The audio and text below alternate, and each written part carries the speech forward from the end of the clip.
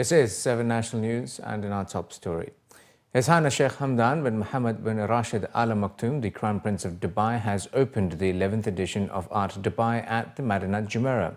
The fair takes place from the 15th to the 18th of March and will showcase 93 galleries from 43 countries, featuring over 500 artists.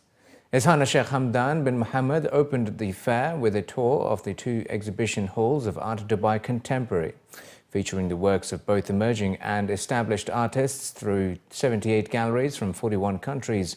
New countries participating include Algeria, Peru and Uruguay.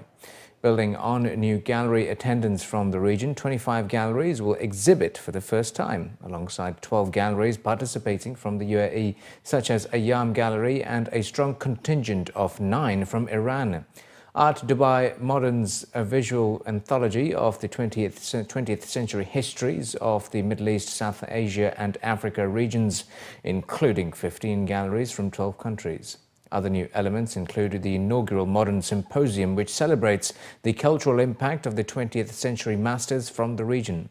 In addition, the fair itself has a new leadership with Director Mirna Ayad and International Director Pablo Del Val. I think means that they're going to have like a very special experience because, for example, you're going to have 37 solo or duo artist presentations, and this will allow the visitor not to get lost in space, because when you have like a multi-artist booth with too many works, too many artists, people that is not really knowledgeable or not really familiar with certain vocabularies can get sort of lost.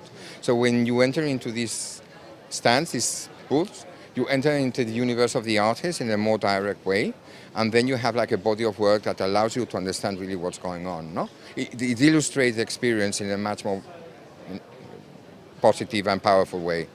The prestigious Abraaj Group Art Prize is curated by Umar Barada and invites artists from the region and South Asia to submit proposals for major new commissions to be produced through a $100,000 grant. This year, the exhibition showcases winner Rana Begum and her outdoor work of geometric abstraction, color and light. Other highlights include an immersive, surrealistic and dining experience, The Room, Cooking Liberty and the Art Dubai Commissions program, which is entirely performance-based. In addition, Art Dubai Portraits is a new film series that presents perspectives into the lives of some of the artists involved. Finally, the 11th edition of the Global Art Forum, a platform for cultural debate, will explore the exchange of ideas and goods under the theme of trading places. Program-wise, Trading Places began in January. There was an evening at D3 which dealt with trades relationships with archaeology, with architecture, the markets of Lagos, and also mysterious Willem de Kooning painting, which Myrna told us a sort of secret story about. There was then a day spent walking through and listening to Sharjah's trade histories with Iraq, with histories of music, and Sultan Saud Al-Qasimi gave us an extraordinary tour through uncelebrated modern architecture. The UAE community has been urged to help underprivileged children and give them the chance of a better future through education. Dubai Cares is calling on residents as well as long-time donors to reaffirm their commitment to the philanthropic organization as it embarks on a new chapter for the next 10 years. The organization will intensify its focus on funding in areas where governments have limited resources or are unable to provide services due to conflict, natural disasters and epidemics in support of the most vulnerable children and young people. Lulu Group International has already pledged its support with a 10 million dirham donation, as has Al Ansari Exchange with 10 million dirhams and Mahesh Menda, chairman of World of Electricals, with a $1 million commitment. Tariq Al Ghurg, chief executive of Dubai Cares, was quoted in a local report as stating that we are currently witnessing the Year of Giving 2017, further instilling within our community the values of giving and the importance of lending a helping hand to disadvantaged people in the UAE and abroad. He added that the ethos of giving are quite evident in the work and the impact curated by Dubai Cares, as we are now reaching more than 16 million children and young people in 45 developing countries. The Ministry of Climate Change and Environment has put a priority on increasing the use of hydroponic technology, which relies on nutrient-rich water to grow plants, with the use of little or no soil, and organic farming as part of the 2017-21 Food Security Strategy. Hydroponic farming is up to 70% more water efficient than traditional methods and allows for a longer growing season. Dr. Thani Az-Ziyudi, Minister of Climate Change and Environment, was quoted in a local daily as stating that hydroponics is one of the techniques that proved over the past few years as having excellent prospects for the UAE, and the greenhouses grew from 50 in 2009 to 1,000 last year. Most farmers rely on groundwater to irrigate their crops, but the amount and quality of the country's reserves have been decreasing steadily after years of exploitation. The minister said his ministry has also been promoting organic farming for a few years, with 46,900 acres producing organic crops across the country. The technique was first introduced in the country in 2009 when there were 50 such greenhouses compared to 1,000 at the end of 2016. The cost of car insurance in the UAE has surged by as much as 40% on some models as motorists are forced to look at cheaper third-party policies. That's according to a new study.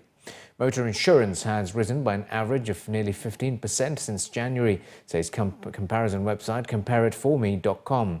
According to a local report citing the website, drivers are paying an average of 14.88% more for their fully comprehensive car insurance in 2017 than last year, after the UAE Insurance Authority introduced minimum premiums. Under the new rules, UAE insurers must adopt minimum comprehensive insurance premiums of 1,300 dirhams for saloon cars and 2,000 dirhams for SUVs, while the minimum caps for the amount of money paid out in the event of an accident have also risen. The website's researchers analyzed data from hundreds of insurance policies sold in the UAE in January and February 2017 and compared them with policies for similar vehicles sold a year earlier. They found that drivers owning SUVs valued at less than 50,000 dirhams and buying comprehensive insurance have been hit the hardest, with premiums rising by an average of 40.59%, equating to 618 dirhams compared with 2016. Meanwhile, drivers of saloon cars worth less than 50,000 dirhams are paying an average of just 9.53% more for their fully comprehensive policies than they were in 2016, equating to an increase of 131 dirhams. Unhealthy food is off the menu in Dubai schools as part of the latest campaign to tackle the nation's childhood obesity crisis.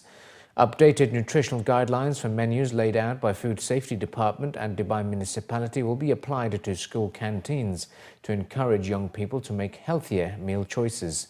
It follows a similar food labelling rule for restaurants to reveal the true calorie content of meals, announced by the municipality and Dubai Health Authority in January. Recent studies suggest that about 34% of children in the UAE are classified as being either obese or overweight. In Abu Dhabi, a task force of 12 government agencies is planning a full-on attack on the problem after World Health Organization figures showed 15.1% of pupils in the emirate to be obese, while 16.7% were overweight. The plan to help reduce the prevalence of childhood obesity, which can be a precursor to diabetes, cardiovascular diseases and other chronic health conditions in later life, includes guidance and support for early childhood diet and exercise. It also features programs to promote healthy nutrition and exercise for school-age children. And finally, in the bulletin, Alserkal Avenue, the Dubai-based non-profit organization, has announced a residency program for cultural artists, curators, writers and researchers in October this year, aiming to encourage a dialogue between local and international artists, while also exploring ways to strengthen the art scene in Dubai.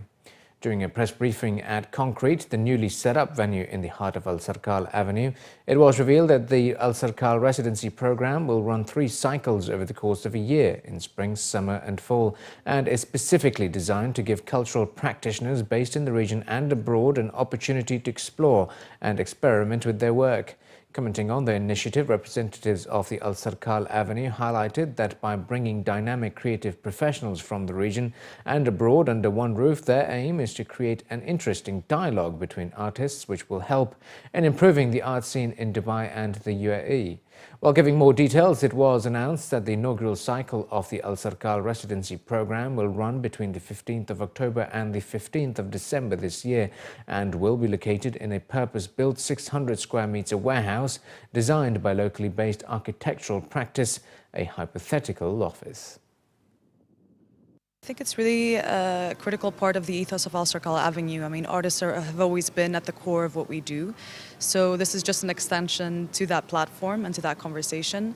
The Alserkal residency, which is supported by the Alserkal family and Abdelmonem bin Isa Alserkal specifically, will launch in October for the full cycle. We actually plan to have 3 cycles per year with 6 cultural producers or creative practitioners at any one given time. And we start off with visual artists in the fall, 4 incredible visual artists, and in the next year we'll open it up to curators, writers, researchers to really create a multidisciplinary discourse and dialogue. Well, thanks to our partnership with Alserkal Avenue, we're here for the next 18 months as a temporary space so we can have an arena for dialogue to happen where we'll have workshops, we'll have exhibitions, we'll partner with other galleries or organizations so they have a place to show arts from UAE, from artists who have grown up here, from Emirati artists, from Arab artists in the diaspora as well. So we hope that people will approach us. It's a not-for-profit space, so it's all about conversation and continuing the dialogue and nurturing the community.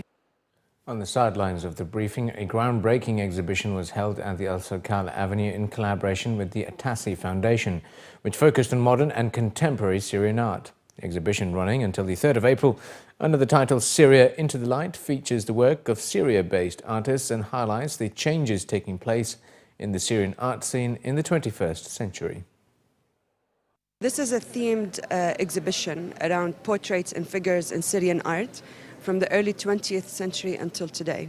So it covers 4 main generations who are obviously starting from the early 20th century and spreading all the way till now.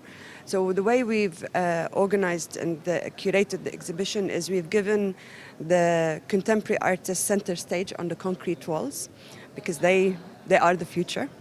And then you've got early 20th century modernists and postmodernists at the back as well. And it covers different mediums and different styles. So you've got etching, paperworks, sculpture, even paintings and even installations in a few stages. This is a message of optimism. We want to bring the true face of Syria out to the world. This is where we want to celebrate even, the multicultural, multi-ethnic, multi-religious country that we were. And this is a try for us to maintain our collective memory of Syria and of the creative engine in Syria as well.